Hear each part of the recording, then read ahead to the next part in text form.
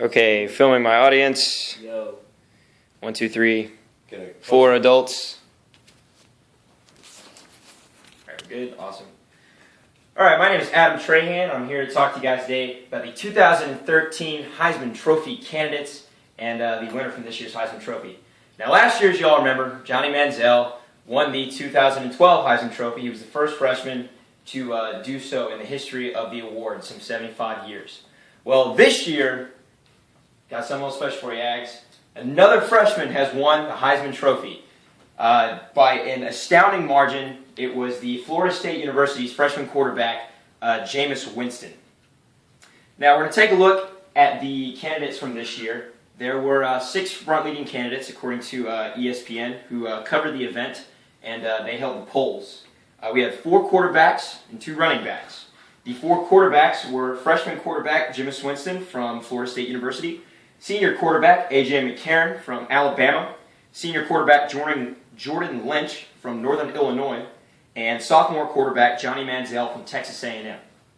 The 2 running back candidates were senior running back Andre Williams from Boston College and junior running back Trey Mason from Auburn. All 6 candidates were put on the polls with ESPN. They were all ranked by the voters, various news editors, sports editors, and various analysts throughout the nation. And they were ranked, and going into the polls, Jameis Winston was actually at the top of the polls going into it.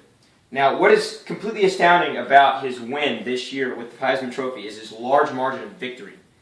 According to Nam Lee, who is a reporter for SB Nation, which is a premier online sports editorial, Winston brought in 2,205 points in the voting, which is 1,501 more than the second place holder, who is senior quarterback A.J. McCarron.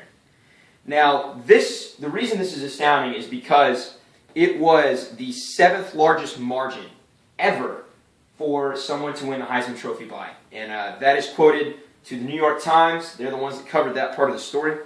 Now, even more incredible about this is that even though it was the 7th largest margin of victory, Jameis Winston was left off of the ballot of 115 of the 928 total ballots.